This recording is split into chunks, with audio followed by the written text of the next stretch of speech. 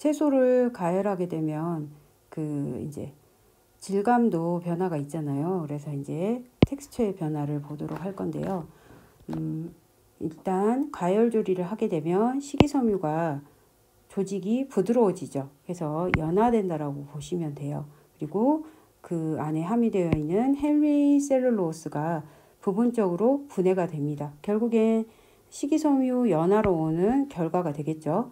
그래서 이제 되도록이면 우리가 식이섬유가 굉장히 질긴 채소 삶으실 때 알칼리, 중탄산, 나트륨 같은 거 첨가하시면 이 헤미셀룰로스를 좀 더 빠르게 분해시킬 수가 있어요. 반대로 이제 산을 첨가를 하시면 또 이 질감이 반대로 단단해지죠. 그래서 이제 또 조리하는 과정에 있어서 가열 조리할 때 이렇게 변화 세 가지 보는데 펙틴 물질이 용해돼서 결국엔 가지고 있는 그 자체에서 펙틴 물질이 바깥으로 용해되어 나오다 보니까 또 채소가 어때요?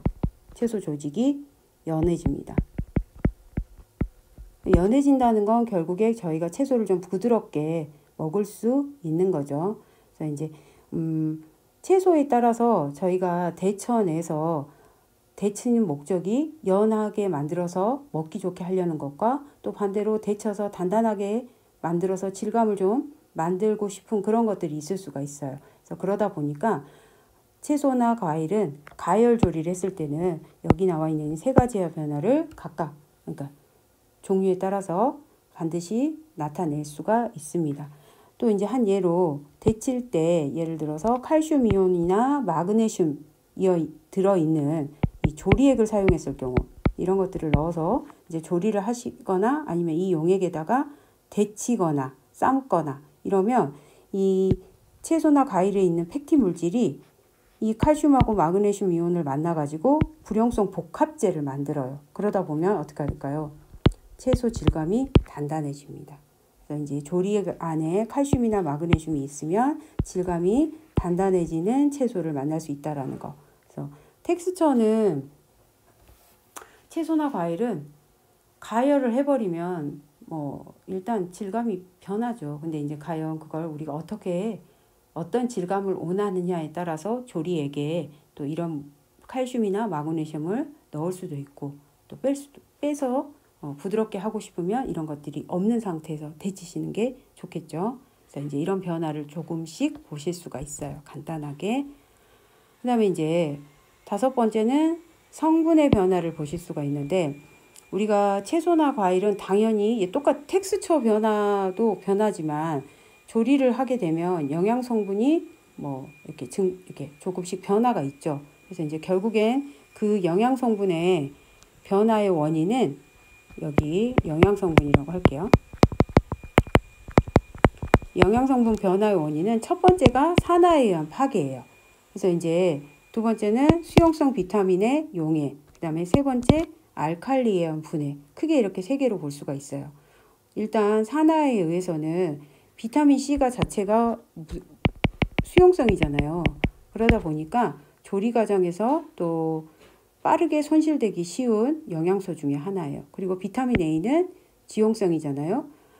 이제 조리 중에 얘가 열에는 조금 안정한 비타민이긴 하지만 가열보다는 산화에 의해서 쉽게 파괴되는 영양소 중에 하나예요. 그래서 이제 그러다 보니까 A와 C가 우리가 가열을 했을 때 아니면 조리를 했을 때 어떤 다른 조리를 했을 때 가장 많이 손실되는 영양소라고 보시면 됩니다. 그 다음 수용성 비타민의 용해. 그렇죠. 이제 이런 것들이 파괴가 되는 것도 되는 거지만 수용성 비타민은 이제 용해되는 그런 현상을 볼 수가 있죠. 그래서 이제 우리가 조리수를 사용할 때 최대한 이런 수용성 비타민의 용해를 막기 위해서는 되도록이면 어떻게 조리하는 걸 추천하냐면 껍질째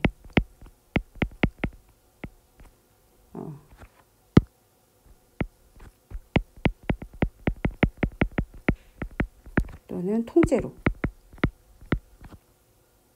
아유 제가 왜 한글을 잘 못 쓰고 있네. 통째로 조리한 후에 적당한 크기로 자르는 거 추천을 합니다. 그래서 이제 되도록이면 최대한 그것들이 가지고 있는 이 수용성 비타민을 그 자체 식품에서 가지고 있기를 바라는 마음으로 껍질째, 통째로 조리하셔서 먹기 직전에 자르는 것을 추천을 하고요. 이제 세 번째는 알칼리에 의해서 분해되는 게 있어요. 조리 용액이 만약에 알칼리라면 비타민 C, 비타민 B1, 비타민 B2의 파괴가 반드시 일어나요. 그러다 보니까 우리가 예를 들어서 녹색 채소 이제 데치실 때 색 선명하게 유지하려고 뭐 아까 중탄산 나트륨, 중도 같은 거 넣으셨어요. 그러면 당연히 뭐예요? 비타민은 우두두둑 파괴가 됩니다. 그래서 알칼리에 의해서 이런 것들이 파괴가 되니까 녹색 채소 데치실 때 이 알칼리는 절대 넣으면 안 되겠죠. 그죠? 색을 위해서 넣는 것보다는 먹을 만큼 데쳐서 바로 그날 먹고 이렇게 먹고 없앤다는 생각으로 녹색 채소는 소량해서 바로 드시는 거를 추천을 합니다. 근데 오래 두고 먹을 거니까 색을 그래도 선명하게 유지하고 싶다라고 해서 중조를 넣어버리시면 그 야채가 가지고 있는 이런 좋은 영양 성분들은 저희가 섭취하지 못한다라고 보시면 되겠어요. 이제 이렇게 5번째 성분의 변화까지 봤고요. 6번째 이제 잼과 젤리 부분이 나왔는데 사실 이제 우리가 과일을 가지고 할 수 있는 조리 가공품 중에 하나가 잼하고 젤리죠. 그 이유는 대부분의 과일들이 무엇을 가지고 있어요? 이제 펙틴을 가지고 있다 보니까 우리가 또 적당량의 당분도 있고 산도 있고 그러다 보니까 우리가 그걸 가지고 그 성질을 가지고 뭘 만들어 먹는 거예요. 잼도 만들어 먹고 젤리도 만들어 먹습니다. 근데 이제 이 과일이 그 껍질이나 또는 조직 내에 사실은 이 펙틴이 굉장히 다량 함유되어 있는 것들이 있어요. 그래서 이제 과일의 구조를 형성해 주는 게 바로 펙틴이기도 한데 그 펙틴 때문에 우리는 젤을 형성해서 우리가 먹는 잼이나 젤리 또는 마멀레이드 같은 당장 제품을 만들 수가 있어요. 그러니까 결국에 잼이나 젤리를 먹으시려면 반드시 뭐가 필요해요? 펙틴이 필요합니다. 근데 이제 우리가 과일에다가 소량의 물을 넣고 가열을 하시면 쉽게 펙틴을 추출할 수가 있어요. 그래서 이제 이 펙틴이 추출이 되면 이게 이제 좋을 상태의 교질 용액이 되면서 또 여기다가 설탕을 첨가하면 펙틴 분자가 막 불안정해서 침전이 돼요. 그래서 이걸 이제 104도씨 잼이 완성되는 그 온도 아시죠? 이 104도씨에서 104도씨까지 가열을 하게 되면 이 졸이 바로 뭐가 된다? 젤이 만들어집니다. 그래서 이제 아마 우리 앞에서 했던 것 같아요. 콜로이드 용액에 대해서 설명을 했던 것 같거든요. 이제 그럼 여기서는 이제 잼하고 젤리를 볼 거니까 펙틴이 젤 형성에 영향을 주는 조건하고 펙틴의 구조 좀 보도록 할게요. 일단 잼과 젤리가 되려면 이거는 이제 기본이죠. 기본. 펙틴 농도, pH, 설탕 이 세 가지가 잼이 되는 기본 구성 요건이에요. 이렇게 존재해야만이 잼과 젤리를 특히 잼을 만들 수가 있습니다. 그러면 이제 잼과 젤리를 만드는데 가장 첫 번째 역할을 하는 펙틴질에 대해서 좀 보도록 할게요. 근데 이 펙틴질은요. 과일의 숙성에 따라서 이름이 달라요. 그래서 이제 이게 교재에 193페이지 이 표가 나와 있어요. 그림 12-11에 보시면 이제 펙틴질의 변화를 볼 수 있는데 그 전에 이 네모를 먼저 보시면 펙틴질에는 저희가 프로토펙틴과 펙틴, 펙틴산, 펙트산이 있어요. 그런데 이 이름은 4가지인데 내용이 달라요. 프로토펙틴은 불용성이고요. 펙틴, 펙틴산, 펙트산은 수용성이에요. 그래서 이제 이것들이 각각의 이제 여기 보시면 프로토펙틴의 내용, 그 다음에 펙틴의 내용, 펙트산의 내용, 펙틴산의 내용이 나와 있어요. 그래서 이제 보시고 우리는 그림 12-12를 좀 보도록 할게요. 과일의 숙성에 따른 제가 금방 설명한 이 펙틴질의 변화를 좀 보도록 할게요. 일단 미숙과일은 프로토펙틴으로 존재를 합니다. 아까 프로토펙틴은 뭐라 그랬죠? 불용성이라 그랬어요. 그래서 쉽게 설명하면 이 미숙과일에 존재하는 펙틴질인 프로토펙틴은 젤 형성을 만들 수가 없어요. 그런데 프로토펙티나젤은 효소의 작용에 의해서 이제 결국엔 무엇이 된 거예요? 미숙에서 숙성이 되면서 성숙된 과일이 된 거죠. 우리가 먹을 수 있는 그 맛을 느낄 수 있는. 그러면 이제 그때 프로토펙틴이 펙틴으로 성분이 바뀝니다. 그럼 펙틴은 바로 수용성이 되고요. 이 상태에서는 젤 형성이 이루어질 수가 있어요. 그 다음에 이게 이제 펙티나제라는 효소에 의해서 한 번 더 변하는데 과숙과일, 이제 성숙을 넘어서 이제 오버라 그래야 되나? 그렇죠. 과숙이 된 과일이 되면 펙틴질이 펙트산이라는 성분으로 바뀝니다. 그런데 이 펙트산은 산성에서는 수용성이에요. 그런데 젤 형성이 잘 안 되는 수준이에요. 그럼 우리는 여러분 어느 단계에서 잼을 만들어야 될까요? 바로 가운데 단계인 이 펙틴 단계에서 잼을 만들어야 됩니다. 그래서 이제 결국엔 뭐냐? 이 그림으로 보는 건 결국엔 미숙과일에 있는 프로토펙틴은 잼이 될 수 있는 구조가 아니라는 거예요. 하지만 미숙과일에서 프로토펙티나제라는 효소에 의해서 펙틴이 되고 또 펙틴이 펙티나제라는 효소에서 가숙과일인 펙트산을 만드는데 결국엔 또 과숙이 되면 이 펙트산도 잼을 만들 수 있는 펙틴질이 아니라는 거예요. 그걸 이제 여기서 보실 수가 있어요. 그러면 여기 이제 넘어가기 전에 하나 여기서 설명을 좀 하고 갈게요. 그러면 이제 펙틴이 그러면 젤을 형성하는 데 영향을 주는 조건으로 첫 번째 펙틴을 봤잖아요. 반드시 펙틴으로 존재해야만이 젤 형성이 잘 된다고 했어요. 그러면 펙틴의 함량이 어느 정도 됐을 때 어느 정도 됐을 때 젤 형성에 영향을 주는지, 이 펙틴의 함량이 어떤 영향을 주는지 좀 여기서 보고 갈게요. 첫 번째, 여러분이 기본적으로 생각해도 펙틴의 함량이 높을수록 단단한 젤을 형성해요. 그래서 이제 우리가 좋은 젤리나 잼을 만드시려면 이제 펙틴 함량이 좀 높고 특히 과일 껍질에 펙틴 함량이 많이 들어있거든요. 그러다 보니까 펙틴 함량이 높은 과일을 선택을 해야만이 잼 만드시기 좋다는 거예요. 그래서 이제 만약에 펙틴 함량이 낮은 과일을 어쩔 수 없이 사용하실 때는 펙틴을 첨가하시면 돼요. 그래서 그렇게 첨가하셔서 펙틴의 양을 어느 정도 맞춰주셔야 되고, 그 다음에 두 번째, 채소량의 물을 가해서 펙틴을 추출하시는 게 좋아요.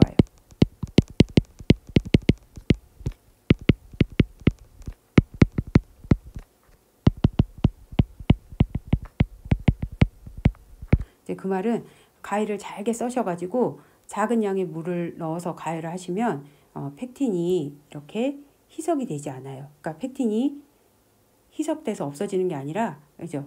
그래서 오히려 그 펙틴을 추출하기가 훨씬 좋은 방법이 채소량의 물이에요. 식품가공기능사라는 자격증을 제가 이제 평가하러 갔더니 중간 두 번째 과제가 사과 젤리 만들기가 있더라고요. 근데 이제 보니까 사과를 잘게 썰어가지고 물 넣고 가열한 다음에 펙틴 함량이 어느 정도 있는지 체크를 한 다음에 펙틴 함량에 맞게끔 설탕량을 조절을 합니다.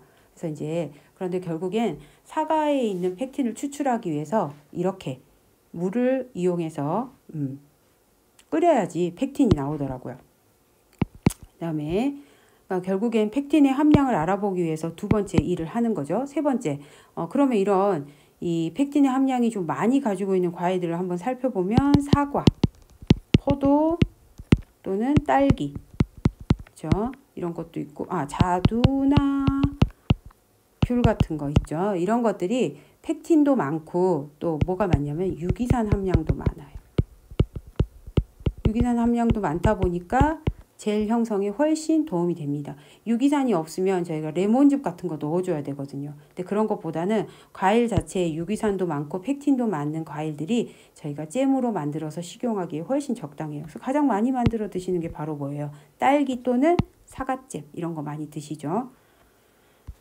그러면 이제 두 번째 펙틴이 주는 영향을 보셨다면 두 번째 거기에 들어가는 이제 당의 설탕의 양이 또 어떻게 작용을 하는지를 볼 거예요. 우리가 이제 펙틴의 양이 많을수록 단단한 젤을 형성한다고 앞에서 설명을 했잖아요. 그런데 이제 또 그 펙틴의 분자량이 클수록 오히려 그 당이나 산이 소량 있어도 젤을 형성할 수가 있어요. 그런데 여기에 보시면 고메톡실 펙틴과 저메톡실 펙틴이란 말이 나와요. 그 말은 이제 무슨 말이냐면 펙틴인데 메톡실기가 7% 이상 들어있는 게 고메톡실 펙틴이라고요. 7% 이하인 건 저메톡실 펙틴이라고 합니다. 그런데 이 고메톡실 펙틴 같은 경우는 잼이나 젤을 형성하려면 굉장히 많은 양의 설탕이 필요해요. 그리고 또 낮은 pH가 필수죠. 근데 이제 이 반대로 저메톡실 펙틴 같은 경우는 얘는 당이나 산을 첨가해도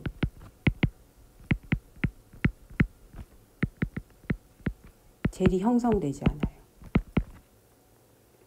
그래서 이제 또 웃긴 게 얘는 당하고 산을 첨가해도 젤이 형성되지 않는다고 했잖아요. 그런데 이에 또 다른 특징이 뭐냐면 여기 나와 있네요.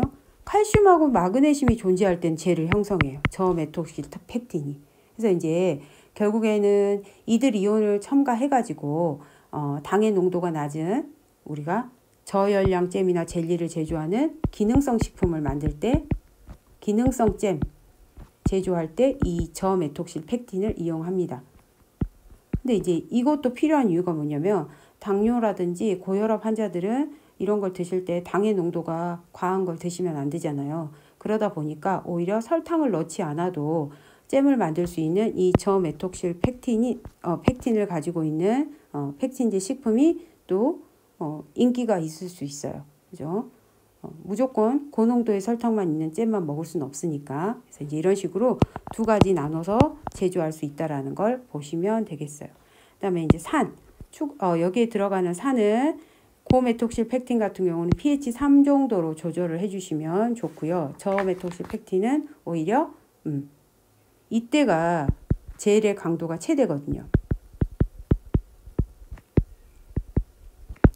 그 다음에 이제 오히려 pH 3을 딱 벗어나 버리면 크게 저하된다라고 나와 있어요. 그래서 pH 3 정도로 맞춰주시는 게 좋고요. 저메톡실 펙틴 같은 경우는 사실 얘는 이제 또 아까 당이나 산을 첨가해도 젤이 형성되지 않는다 그랬잖아요.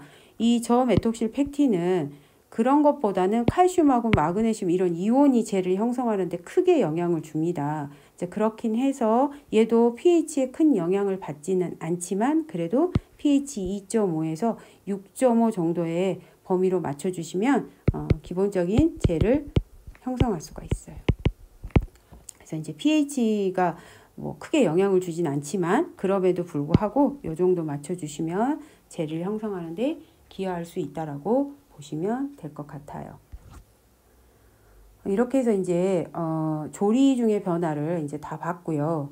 이제 다음 마지막으로 채소나 과일을 숙성시키고 저장하는데 일어나는 변화들을 좀 보도록 할 겁니다. 여기 보시면 채소나 과일은 수확 후에도 일어날 수 있는 작용이 4가지가 있어요. 첫째 호흡작용, 증산작용, 추숙작용, 생장작용 등이 일어난다 그랬어요. 호흡작용은 다 아시죠? 에틸렌가스 같은 것들이 발생해서 후숙되는 거. 증산작용은 탈수돼서 시들게 되고 향기성분도 증발되는 현상이고요. 추숙작용은 미수가 상태에서 저희가 수확을 해도 시간이 경과됨에 따라 스스로 익어가는 거. 생장작용은 적당한 온도와 습도에서 이 발화가 되면서 본래 가지고 있던 영양소가 저하되면서 품질이 저하되는 거죠. 그래서 고구마, 감자, 양파 등이 해당이 되겠습니다. 그러면 이제 첫 번째로 보는 게 저희가 숙성이에요. 숙성.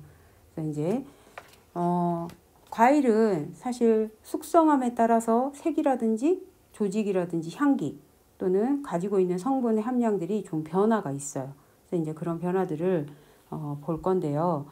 일단 그 과일이나 이런 것들은 수확을 하게 되면 호흡작용과 동시에 다른 생화학 반응이 계속 이어집니다. 그래서 이제 과일의 생리적인 변화는 사실은 호흡 속도에 의해서 가장 영향을 많이 받아요.